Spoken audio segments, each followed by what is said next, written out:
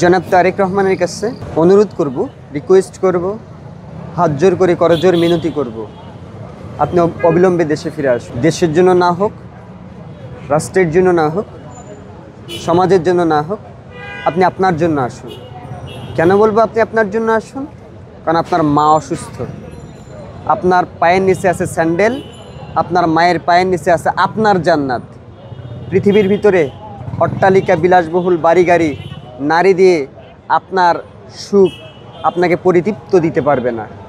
আপনার ভিতরে যদি প্রকৃত শান্তি, প্রকৃত প্রশান্তিটা নিতে চান, আপনার মায়ের দোয়া, আপনার মায়ের ভালোবাসা, আপনার মায়ের পাশে থাকা, আপনার মায়ের খেদমত, আপনার মায়ের সেবা শুশ্রূষা করে আপনাকে সেইটা অর্জন করে নিতে হবে। জনাব তারেক রহমান সাহেব, আপনি আপনার মায়ের খোঁজ রাখছেন, ধন্যবাদ জানাচ্ছি। আমি আমার মায়ের সন্তান হিসেবে বলতে চাই, 2018 মের 1 তারিখে আমার মাকে হারিয়েছি।